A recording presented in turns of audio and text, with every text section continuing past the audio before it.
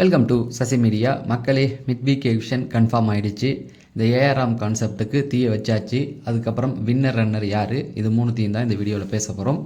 வீடியோக்குள்ளே போகிறதுக்கு முன்னாடி சேனலை சப்ஸ்கிரைப் பண்ணால் சப்ஸ்கிரைப் பண்ணிட்டு வீடியோவை லைக் பண்ணுங்கள், ஹைப் பட்டனை தட்டி விட்டுருங்க. மக்களே, ஃபஸ்ட்டு எடுத்தோடனே அன்சீன் ப்ரோமோ ஒன்று வந்திருக்கு. நான் காலைல சொன்னது தான், வினோத் திவாகர் சண்டை பெரிய அளவில் போயிருக்கு. அதை தான் சொன்னேன். காலையிலேருந்து நிறைய பேர் கேட்டாங்க, அதான் தினைக்கும் சண்டை போடுறாங்களே, எதுக்கு ப்ரோ அதெல்லாம் போய் பேசிட்டு அப்டேட்டுன்னு சொல்கிறீங்கன்னு. பெரிய சண்டை அன்சீன் ப்ரோமோ ஹாட் ஸ்டாரில் வந்திருக்கு, போய் பாருங்கள். அது ரெண்டாவது சண்டை. ஏன்னா அந்த ப்ரோமோவில் காட்டும்போது வினோத் மேலே தப்பு இருக்க மாதிரி காமிப்புவாங்க. ஆனால் உண்மை என்னென்னா, ஒரு பிரச்சனை நடந்து அதுக்கப்புறம் அந்த பார்க்கும்போது, அந்த ஏவி பார்க்கும்போது அந்த சண்டை திரும்ப தொடங்கியிருக்கு. பிரஜனுக்கு அவருக்கலாம், பிரஜனை ஏற்கனவே அவர்கிட்ட சண்டை போடலான்னு தான் வந்தார். ஒரு வாய்ப்புக்காக காத்திருந்து இந்த பக்கம் பிடிச்சி ஏறி விட்டு வினோத்துக்கும் பாட்ரம்லானுக்கும் பெரிய ஒரு சண்டை. என்னை கேட்டால் ஃபினாலுக்கு முதல் நாள் நின்று அடிச்சு நிற்கிறாங்களேன்றது தான் எனக்கு ஒரு வருத்தமாக இருக்குது. அட்லீஸ்ட் அந்த 4 கண்டஸ்டண்ட்டை பற்றி காமிச்சா கூட ஏதோ பிரயோஜனமாக இருக்கும், மக்கள் ஓட்ட போடும். இவனுங்க திரும்ப அடித்து நிற்கிறது தான் எனக்கு ஒரு மாதிரி இருக்குது. ஓகே, அடுத்து பார்த்தீங்க அப்படின்னா, அரோராவை தூக்குனதுக்கான பின்னணி நிறையா இருக்குது. அதை ஒன்று ஒன்றா பார்த்துடலாம். அரோராவை பொறுத்த வரைக்கும் இவ்வளோ தூரம் வந்ததே பெருசுதுங்க அப்படின்ற மாதிரி நிறைய பேர் சொன்னாங்க. அவனுடைய ஃப்ரெண்டு ரியா ஒரு போஸ்ட்டு தைரியமாக போட்டாங்க, என் ஃப்ரெண்டு தான் ஜெயிக்க போகிறாங்க அப்படிங்கிற மாதிரி நிறையா பண்ணாங்க. 2 யூடியூப் சேனலுக்கு நடுவே மிகப்பெரிய பிரச்சனை போயிட்டு இருந்தது. ரெண்டுமே பெரிய ஆள் தான், ஒன்று ஃபேட்மேனு, இன்னொன்று ஜோ மைக்கேல். இவங்களுக்குள்ளே ஒரு பெரிய ஃபைட்டே போச்சு. இதில் என்ன அப்படின்னு பார்த்தீங்கன்னா, ஒரு இதில் அரோராவுடைய அந்த பர்சனல் இதுக்கு முன்னாடி என்ன பண்ணிக்கிட்டு இருந்தாங்களே யூடியூப்பில், அந்த மாதிரியான விஷயங்கள்லாம் எடுத்து போட்டோன்னே அது கொஞ்சம் 18+ சம்மந்தமாக இருக்கும், அவ்வளோதான். அதுக்கு மேலே டீட்டெயில் சொல்ல வேண்டாம். இதுவே சொல்கிறது தப்பு தான். ஏன் அவங்க லைஃப்பை நம்ம போய் இது பண்ணிக்கிட்டு, ஸோ அந்த பர்சனல் லைஃப்பெல்லாம் எடுத்து போட்டு அடிக்க ஆரம்பிச்சிட்டாங்க. ஒரு கட்டத்தில் இப்போ அரோரா ஃபைனல் வரைக்கும் ஒரு யூடியூபர் என்ன சொல்லிட்டாருன்னா, இது தப்பான முன்னுதாரணமாக ஆயிரும். இப்போ நாளைக்கு எல்லாம் யூடியூப்பில் இந்த மாதிரி கண்டென்ட் போடுறவங்கலாம் அதிகமாயிரும் அப்படிங்கிற மாதிரி நிறைய பேச்சுகள். அது ஒரு காரணம். ரெண்டாவது காரணம் பார்த்தீங்கன்னா, இவங்க விஜய் சேதுபதிக்கே நெகட்டிவாக போயிட்டுருக்கு. அவரையும் அரோராவையும் சேர்த்து வச்சு நிறைய பேர் பேசிக்கிட்டு இருக்காங்க. ஸோ இது ஒன்று, விஜய் சேதுபதி காதுக்கும் இது போயிருக்கும். நிறைய விஷயங்கள் அவர் நோட் பண்ணிக்கிட்டு தான் இருக்கார், வெளியில் என்ன நடக்குது அப்படிங்கிறது. ஸோ அது ஒரு பெயின். அதுக்கப்புறம் 3வது ரீசன் சேனலுமே நிறைய சப்போர்ட் பண்ணியிருக்காங்க அவங்களுக்குன்னு. அவங்க சின்னதாக ஒரு விஷயம் பண்ணால் கூட அதை பெருசாக எடுத்து போட்டு இது பண்ணிக்கிட்டு இருந்தது.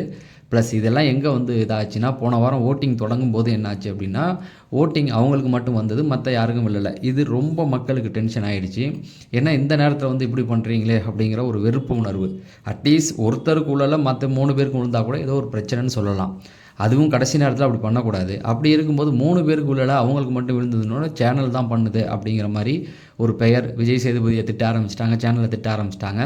ஸோ இப்போ அரோரா மேலே பெரிய வெறுப்புகள் வந்துருச்சு. பண்ணது சேனலாக இருந்தாலும் அரோரா மேலே ஒரு வெறுப்பு. பட் அவங்க எந்த தப்புமே பண்ணலை. ஆல்ரெடி அவங்க மேலே கானா வினோத் பெட்டி எடுத்துகிட்டு போனதுக்கு அவங்க தான் காரணன்ற மாதிரி நிறைய விஷயங்கள் போனனால இப்போ என்ன பண்ணாங்கன்னா, அரோராவை இப்போ அனுப்புறது சரி. ஏன்னா அவங்களுடைய லைஃபுக்குமே வெளியில் போய் வெறுப்பை சம்பாரிச்சிடக்கூடாது இல்லையா, அது ஒன்று.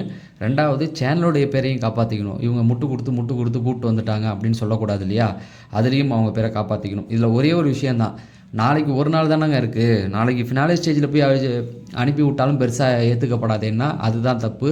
ஏன்னா ஃபினாலே ஸ்டேஜுக்கு அவங்க போயிட்டாங்கன்னா 100 நாள் அவங்கள சேனல் தான் காப்பாற்றி கூப்பிட்டு வந்துச்சு அப்படிங்கிற மாதிரி நிறைய பேச்சுகள், தேவையில்லாத பேச்சுகள் வரும். அதுவே அந்த ஃபினாலே ஸ்டேஜுக்கு முன்னாடி அவங்க அனுப்பி விட்டால் ஓகே, ஃபைனல் வரைக்கும் கொண்டு வரலப்பா அப்படிங்கிற ஒரு விஷயம் போகும் இல்லையா. அதெல்லாம் மைண்டில் வச்சு தான் தங்களுடைய பேரை காப்பாற்றி கொள்வதற்காக அவங்க அரோராவை வெளில அனுப்பிட்டாங்க. சரி, இப்போ அரோரா போனது என்ன அப்படின்னு பார்த்தீங்கன்னா, கண்டிப்பாக அரோராவுக்கே அதில் வருத்தம் இருக்காது. ஏன்னா அவங்களே சொல்லிக்கிட்டு இருக்காங்க, இவ்வளோ தூரம் வந்ததே பெருசு அப்படின்னு. நிறைய பேரும் அதை தான் சொல்கிறாங்க. அரோரா இவ்வளோ தூரம் வந்ததுன்னா சேனல் சப்போர்ட்டுன்ட்டாங்க. ஸோ அதனால் அவங்கள இந்த இடத்துல அனுப்பிட்டாங்க. ஏஆர்எம், அந்த ஏஆர்எம் கான்செப்ட் படி தான் இது வரைக்கும் ஃபஸ்ட்லேருந்து சொல்கிற பாருங்க. ஃபஸ்ட்டு சீசனில் ஜெயிச்சது ஆரவ், 7ல் வருது. 2வது சீசன் ரித்விகா 6ல் வருது. 3வது இதுலேருந்து முகேன் ராவ், எம்மில் வருதா. 4வது சீசனில் ஆரி. 5வது சீசனில் ராஜுபாய், அதுவும் 6ல் வருது. அடுத்தது 6வது சீசனில் அசீம் 7ல் வருது. 7வது சீசனில் அர்ச்சனா 7ல் வருது. 8வது சீசனில் முத்துக்குமரன் எம்மில் வருது. இது வரைக்கும் ஜெயித்தவங்க எல்லாம் இந்த ஏஆர்எம் இந்த கான்செப்ட், இந்த லெட்டரில் உள்ளவங்க தான் ஜெயிச்சிருக்காங்க. அதுக்கு இந்த சீசன் ஒரு முற்றுப்புள்ளி வச்சிருக்கு அப்படிங்கிறது தான். ஸோ இது வரைக்கும் அரோராவை கூட்டு வந்ததுடைய பின்னணியிலும் இது தான். ஏன்னா இந்த ஏஆர்எம் கான்செப்டை வச்சு ஒரு குழப்பத்தை ஏற்படுத்தலாம் அப்படிங்கிறதுக்காக கூட கொண்டு வந்திருப்பாங்க. நாளைக்கு ஃபினாலே ஸ்டேஜ், நாளைக்கு எப்படி பார்த்தாலும் பரபரப்பு தான் இருக்கும். அதனால் இந்த இடத்துல அவங்க அனுப்பும்போது அந்த ஏஆர்எம் கான்செப்ட்டுக்கு தீ வச்சுட்டாங்க. இனிமேல் யாரும் இந்த ஏஆர்எம் கான்செப்ட் படி தான் எல்லாம் வருவாங்க அப்படின்னு சொல்ல முடியாது இல்லையா. அதனால் இனிமேல் ஏஆர்எம் கான்செப்ட்டுக்கு தீ வச்சாச்சு அப்படிங்கிறது தான். ஸோ ஆர்ஆராக வெளில போனதோடைய அர்த்தமும் இதுதான். இனிமேல் ஏஆர்எம் கான்செப்ட் படி யாரும் வரப்போகிறதில்ல, தகுதி உள்ளவர்கள் வருவார்கள் அப்படிங்கிறத சொல்கிற மாதிரியும் வச்சுக்கலாம். ஓகேங்களா? இது ஒரு விஷயம். சரி, இப்போ இவங்க போயிட்டாங்க. அடுத்து 3 பேர் இருக்காங்க. இவங்களில் டைட்டில் வின்னர் ஆகிறதுக்கு யாருக்கு வாய்ப்பு இருக்குது அப்படிங்கிறத விட இதில் யார் ஒருத்தவங்கள கைட்டி விடுவாங்க அப்படிங்கிறது தான் மிகப்பெரிய கேள்வியாக இருக்குது. இந்த விக்ரம் தான் கடைசி ஓட்டில் இருக்கார். அதுதான் மக்கள் ஓட்டுப்படி விக்ரம் தான் கடைசி இடத்துல இருக்கார். அது எல்லா தரப்பு மக்களும் ஏற்றுக்குவாங்க. அவரை எந்த இடத்துக்கு கொண்டு போகிறாங்க அப்படிங்கிறது தெரியல. ஒருவேளை அவரை வச்சு கடைசியில் ஒரு ப்ளே பண்ணுறதுக்கும் வாய்ப்பு இருக்குது. ஆனால் என்னென்னா விக்ரமை அந்த ஃபினாலே டாப் 2ல் தூக்கிட்டு போயிட்டாங்க அப்படின்னா ஈஸியாக வின்னர் யாருன்னு கணிச்சிருவாங்க மக்கள். புரியுதா? ஏன்னா அவர் டாப் 3ல் கைட்டி விடுவாங்க அப்படிங்கிறது தான் என்னுடைய நம்பிக்கையாக இருக்குது. ஒருவேளை அவர் ஃபினாலே ஸ்டேஜில் 2 பேர் இருக்கிற இடத்துக்கு போயிட்டா ஆப்போசிட்டில் இருக்கிற யார் வின்னர் அப்படின்னு ஈஸியாக கண்டுபிடிச்சிருவாங்க. அதனால் எனக்கு தெரிஞ்சு விக்ரம் பொறுத்த வரைக்கும் டாப் 3ல் அவரை கைட்டி விட்டுருவாங்க அப்படிங்கிறது எனது நம்பிக்கை. இது அப்டேட்டிங் கிடையாது. அப்போ அந்த ஃபினாலே ஸ்டேஜில் நிற்க போகிற 2 பேர் யார் அப்படின்னு கேட்டிங்கன்னா கண்டிப்பாக திவ்யா, இந்த பக்கம் சபரி, இவங்க 2 பேரும் தான் நிற்க போகிறாங்க அப்படிங்கிறது உறுதியான ஒரு தகவல். இதில் என்னுடைய நம்பிக்கைப்படி உறுதி அவங்க 2 பேர் தான் நிற்க போகிறாங்க அப்படின்னு. இவங்க 2 பேருக்குமே என்னை பொறுத்த வரைக்கும் மக்கள் ஓட்டுகள் இப்போ போட்டுக்கிட்டு இருக்காங்க. நான் கேட்டபடி பார்த்தீங்கன்னா கூட காலிலேருந்து கூட ஒரு 2 வாட்டி கால் பண்ணிட்டேன். எனக்கு ஏதாவது அஃபிஷியலாக ஏதாவது சொல்லுங்கள் அப்படின்னு கேட்டால் 2 பேருக்குமே ஓட்டுகள் வந்துக்கிட்டு இருக்குங்க. தாறுமாறான ஓட்டுகள் வந்துக்கிட்டு இருக்குது அப்படிங்கிற ஒரு செய்தியை மட்டும்தான் சொல்கிறாங்க. ஆனால் ஏன் எனக்கு தெரியும், ஏன்னா 2 வாட்டி முயற்சி பண்ணி பார்த்தா ஏதாவது ஒரு செய்தி குழு கிடைக்குமா அப்படின்னு. ஏன்னா இப்போயே அவங்க முடிவு பண்ணியிருப்பாங்க வின்னர் யார், ரன்னர் யாருன்னு அவங்க முடிவு பண்ணிட்டாங்க. அதனால தான் இப்போ அரோராவெலாம் தூக்கிட்டு இருக்காங்க. சரி, அதுக்காக ஓட்டு போட வேணான்னு சொல்லலை, எல்லாருக்கும் ஓட்டு போடுங்க. அதாவது உங்களுக்கு விஷயம் கன்ஃபார்ம் பண்ணுற அரோராவே நைட்டு தான் தூக்குறாங்களாம். அது 1 hour எபிசோடில் தான் காட்டுவாங்கன்னு நினைக்கிறேன். ஸோ அதனால் நீங்கள் விஷயம் தெரிகிற கன்ஃபார்ம் பண்ணுற வரைக்கும் 1 hour ஷோ முடிகிற வரைக்கும் நீங்கள் அரோராவுக்கும் ஓட்டு போடுங்க. சபரிக்கு, விக்ரமுக்கு, திவ்யாவுக்கு எல்லாருக்குமே ஓட்டை போட்டுருங்க. அப்புறம் நான் சொல்லி தான் ஓட்டு போடலன்னு என் பேரை இழுத்துறாதீங்க. ஓகேவா? அப்போ அந்த வின்னர் ஸ்டேஜில் அங்கே நிற்க போகிறது கன்ஃபார்மாக திவ்யா இருப்பாங்க, சபரி நிற்பாங்க. சரி, இதில் வின்னர் யார், ரன்னர் யாருன்னு என்கிட்ட கேட்டிங்கன்னா எனக்கு கண்டிப்பாக பதில் இல்லை.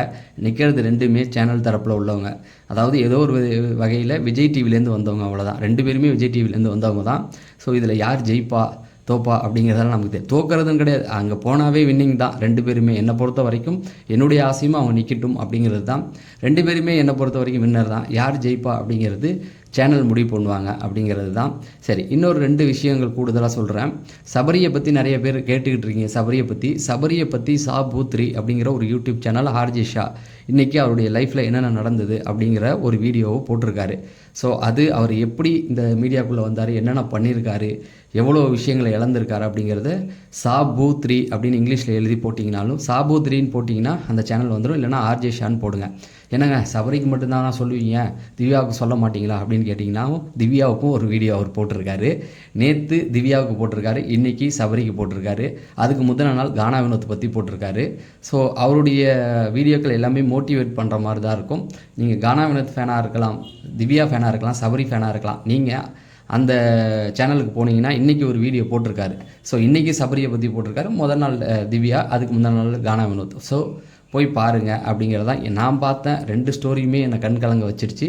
சரி, நீங்கள் போய் பாருங்கள் அப்படிங்கிறத சொல்லி நான் விடைபெறேன். நன்றி, வணக்கம்.